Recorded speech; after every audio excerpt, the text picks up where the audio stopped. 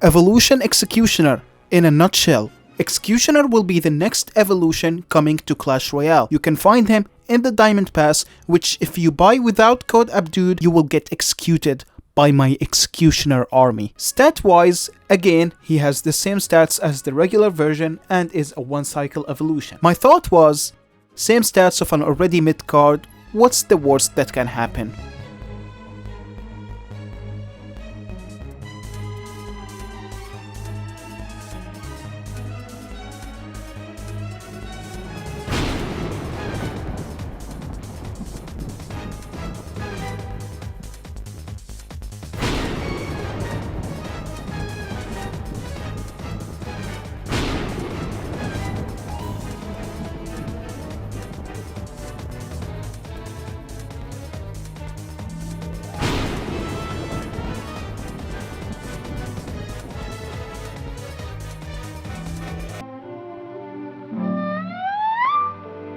So basically, his gimmick is the pushback he got on his axe. Now, a good thing here is that the pushback is only applied for the first 3.5 tiles of the axe. So, given that the hunter has a range of 4 tiles, the pushback would not apply on him at all. Realistically, if you don't play him on a terrible spot like in front of the tower, you can't really abuse this mechanic. Playing him in a straight line can also help against invisible cards, which he can push back without seeing. The saving grace here is that the pushback doesn't work on heavy troops, and that's for the best. Regarding the pushback distance, it doesn't really matter if the card was directly on top of him or if it was 3.5 tiles away from him, the pushback will remain the same distance. And needless to say, the pushback doesn't work behind him because his attack isn't like a Valkyrie. One of the interesting things I noticed is that the pushback, while it works on the first hit, it doesn't seem to work on the second hit. At first I thought this could be like how Log pushes a card away once, but when I made him waste his attack and deploy a card on the second hit,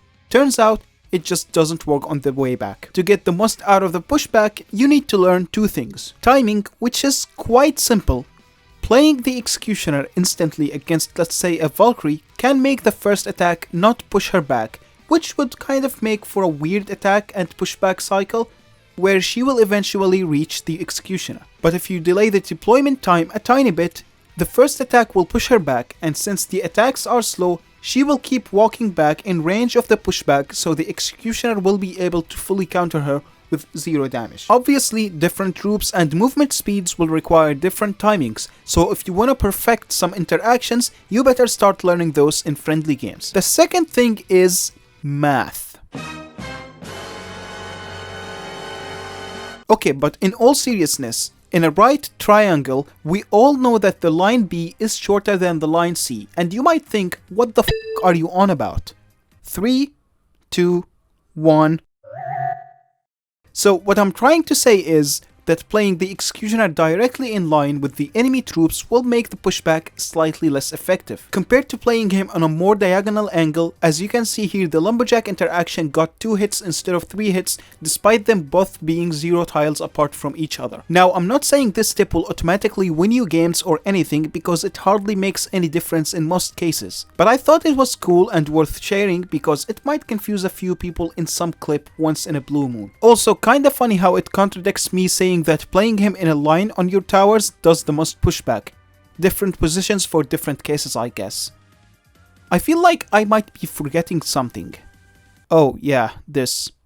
Extra damage. Like he needed that, didn't he? I'm being deadass serious when I say I almost missed this when I first tested him out. It made me think, I don't remember him doing this much damage. Man, am I drunk? This damage buff is only applicable on close range, which can easily be tested by using Flying Machine against him on a far range, and then deploying it directly on top of him and seeing him straight up one-shot the poor thing. The damage increase, unlike the pushback, isn't tied to the first attack. For example, 2 non-buffed attacks and a tornado doesn't kill a Flying Machine. But if I start with a Flying Machine being far away and tornado it to the strong zone, the second attack will be buffed and kill it. And likewise, if I play the Flying Machine right on top and tornado it away, it has the same interactions as the previous clip.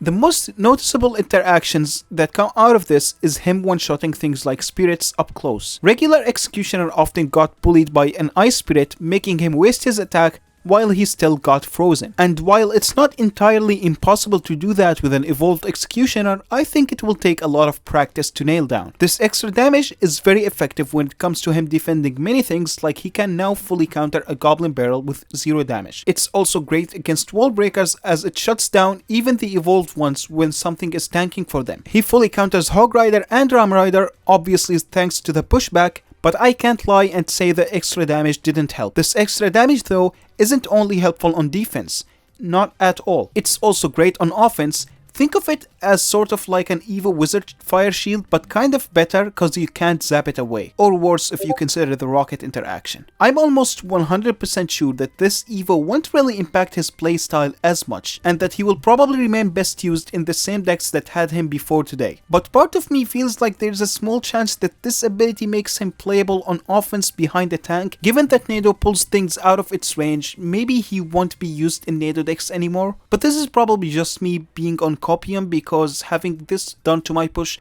is probably my least favorite thing about this game.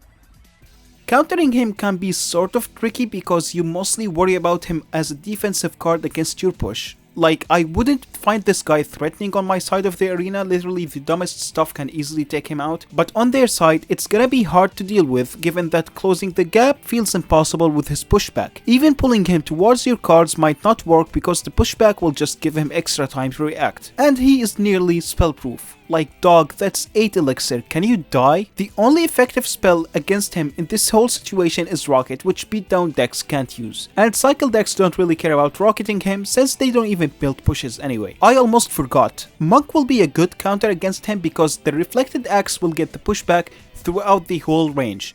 Also, the bonus damage is applied throughout the whole range as well, which is kinda crazy. As you can see here, the bomber will get one tapped while being far away from the monk, and he will get one tapped while being very close to the monk too. For king activations, he himself can activate the king tower with a miner if they played him on the far inner corner without needing tornado. Combined with Nado, you can get a miner from the safe spot onto your king tower, which is really good to know. And obviously it works on other cards. In fact, probably works on most of the cards that can get pushed back. Just be mindful of the towers you have because those activations will mostly only work with Princess and Chef Tower. Activating against him is not that different from a non-evolved Executioner, so almost nothing new needs to be learned. The one thing that I would focus on is when using the Nado Ice Spirit activation, you need to make sure that he's far away from your tower, because pulling him very close to the tower will get the extra damage buff on it when he kills the spirit. I actually forgot to show the arena last time, so here it is. Unique music is also skipped this time, but it's still a cool looking arena nonetheless. I'm low-key, unironically deadass gonna play Giant Rocket Mini P.E.K.K.A. Cycle next season, cause like, you can't be releasing broken evos like this that are broken versus beatdown and trash versus cycle, my dudes.